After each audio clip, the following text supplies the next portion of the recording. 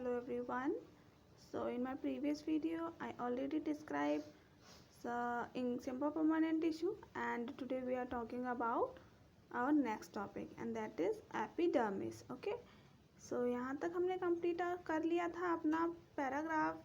हमने sclerenchyma complete कर लिया था, and today we are going to discuss about our next paragraph. Okay, so अगर हम बात करें, जो प्लांट में एक वॉल होती है, ठीक है, वो वॉल जो है आपके सेल के अंदर होती है.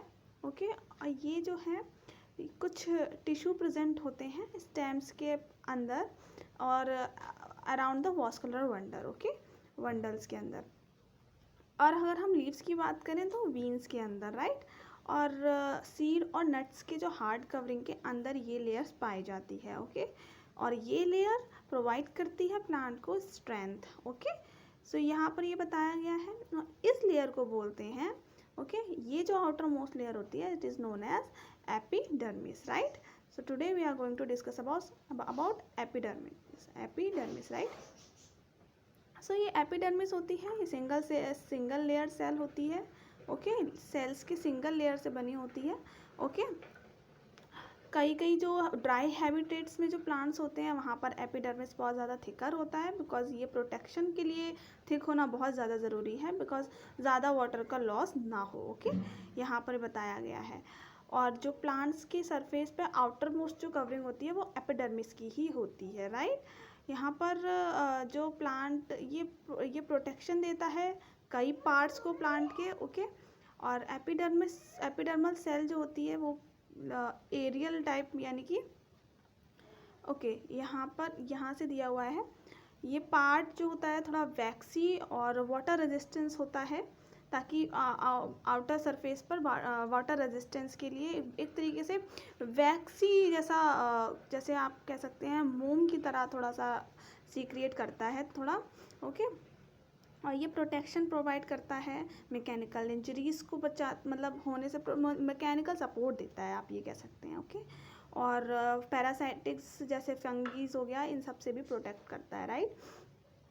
ये प्रोटेक्टिव रोल प्ले करता है epidermal tissue from the continuous layer without intercellular space, without कोई भी ज़्यादा इनमें स्पेस नहीं होता है, राइट.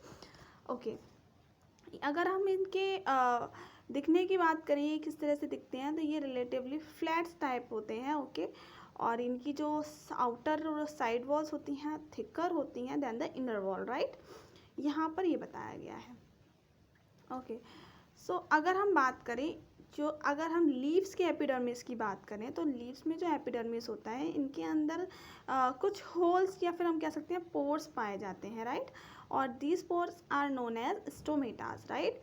सो स्टोमेटास जो होते हैं इनक्लोज होते हैं just like a 2 kidney shape, right, कुछ किडनी शेप्स की तरह. और इनको हम गार्ड सेल्स भी बोलते हैं, राइट. यहाँ पर ये जो गार्ड सेल्स होती हैं बहुत ज़्यादा नेसेसरी होती हैं for the gases exchange, right, atmosphere के लिए में, राइट. यहाँ पर बात करें ट्रांसपिरेशन की, तो loss of water and from water vapours, यहाँ पर ये काम हो रहा होता है थ्रू स्टोमेटा, राइट. ये हमने पढ़ा आज एपिडर्मिस के बारे में, और यहाँ स्टोमेटा हमने कवर अप किया.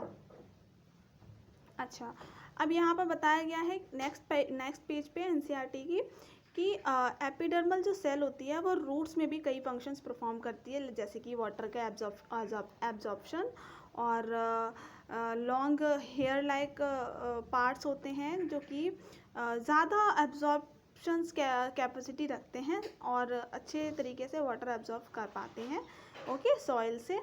और ये आपको डेजर्ट प्लांट्स जो होते हैं इनकी थिक वैक्सी कोटिंग होती है, लाइक इनको क्यूटिन बोलते हैं, ठीक है. ये वाटर प्रूफ क्वालिटी रखते हैं, एंड जो कि आउटर मोस्ट लेयर पर प्रेजेंट होती है. ओके, और अगर हम बात करें, अगर जब प्लांट्स ग्रो अप हो रहे होते हैं तो ये कुछ आउटर मोस्ट प्रोटेक्टिव टिश्यूज़ होते हैं और जो कि चेंजेस होते रहते हैं. ये सेकेंडरी मेरिस्टेम्स भी होते हैं और कॉर्टेक्स फॉर्म में रहते हैं, सेल्स के अंदर लेयर बनाए हुए होते हैं, और जिसको हम कॉर्क भी बोलते हैं. ओके, यहाँ पर कॉर्क जो होता है एक dead compactly arrange intercellular space में विदाउट इंटरसेलुलर स्पेस होता है, एकदम अरेंज टाइटली अरेंज होता है cork, okay.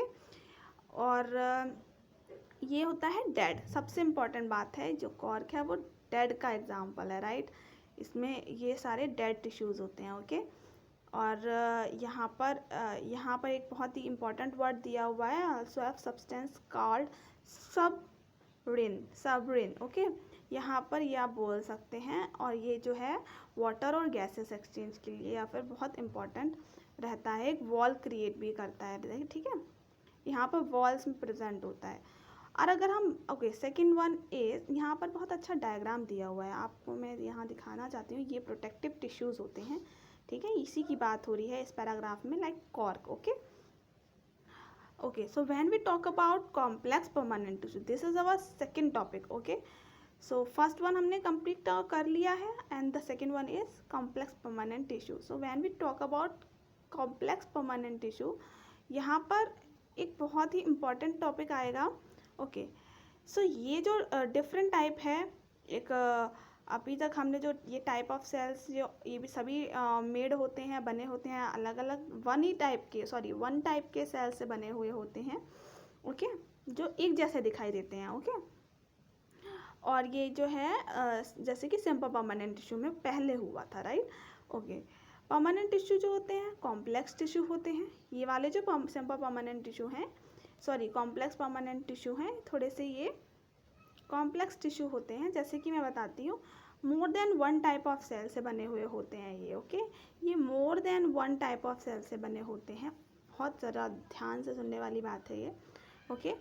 Perform a common function, एक ही टाइप का, जैसे कुछ इनका स्पेसिफिक वर्क होता है, वे अपना अपना काम कर रहे होते हैं, राइट। और अगर हम इनके एग्जांपल्स की बात करें तो xylem and phloem is the example of complex permanent tissue, के सीधा सीधा क्वेश्चन पूछ लिया जाता है यहाँ से, राइट। और अगर हम बात करें, ये सभी के सभी वास्कुलर बंडल में अपना अपना वर्क कर रहे होते हैं। वास्कुलर टिश्यूज़ की बात करें, ओके, तो यहाँ से पैराग्राफ आएगा अब अपना, ओके।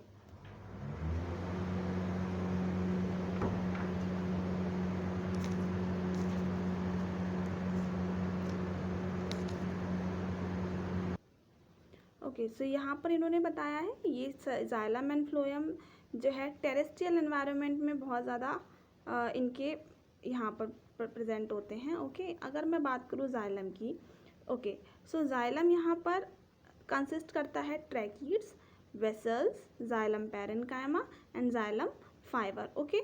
सो आप ये कह सकते हैं, ये इसके 4 पार्ट कह सकते हैं, या तो ये आप ये बोल सकते हैं, ओके। ट्रैकीड जो वेसल्स होते हैं, ये थिक वॉल्स होते हैं इनके पास, ओके। और many dead cells when matures, okay, ये बहुत ज़्यादा बहुत सारे डेड सेल्स भी बन जाते हैं जब ये मैच्योर हो जाते हैं, राइट, कुछ टाइम के बाद। और अगर हम बात करें, tracheids and vessels are tubular structures, जो इनका स्ट्रक्चर है वो ट्यूबुलर होता है, राइट, ओके। यहाँ से ये जो होते हैं ट्रांसपोर्ट कर पाते हैं वाटर एंड मिनरल्स को वर्टिकली, राइट, ट्यूबुलर की वजह से, राइट। आप समझ सकते हैं, पाइप लाइक स्ट्रक्चर से आप बोल सकते हैं, आपको ईजिली रहेगा समझने में, ओके। यहाँ से ट्रांसपोर्ट हो जाता है वाटर, ओके। और अगर हम बात करें, पैरेन्काइमा जो होता है वो स्टोर करता है फूड को, जाइलम फाइबर जो होता है सपोर्टिव फंक्शंस को परफॉर्म करते हैं, ओके, प्लांट को सपोर्ट देते हैं, राइट। और अगर हम बात करें फ्लोएम की, okay, so phloem made up of 5 type of cells. Phloem बना होता है 5 टाइप्स ऑफ सेल से, sieve cell, sieve tubes, companion cell, phloem fibers and the phloem parenchyma, right. So these are the 5 type of this tissues like phloems, right, okay.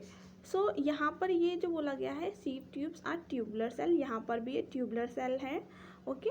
Perforated walls होती हैं, okay. Phloem जो होता है transport करती है food को leave से to the other part of the plant, okay, the most important line, okay. यहाँ पर डिफरेंस बिटवीन भी पूछा जाता है, what is the difference between phloem and xylem and phloem, right. So ये paragraph the most important topic है इस chapter के, राइट। और अगर हम बात करें, ये फ्लोएम सेल लिविंग सेल्स होते हैं, right, okay, except phloem fibres, जो बाकी के सेल्स होते हैं वो लिविंग सेल्स होते हैं, ओके, फ्लोएम फाइबर को छोड़कर, राइट। आज हमने जाइलम एंड फ्लोएम कंप्लीट कर लिया है। ये कुछ डायग्राम्स हैं, यहाँ पर बहुत अच्छे फिगर दे रखे हैं, आप इन्हें एनालाइज कीजिए। ओके, सो अब हमारा नेक्स्ट टॉपिक है एनिमल टिश्यू, जो कि हम अपने नेक्स्ट पार्ट में कंप्लीट करेंगे। ओके, तो आप नेक्स्ट पार्ट में एनिमल टिश्यू पढ़ेंगे। तब तक take care and thanks for watching.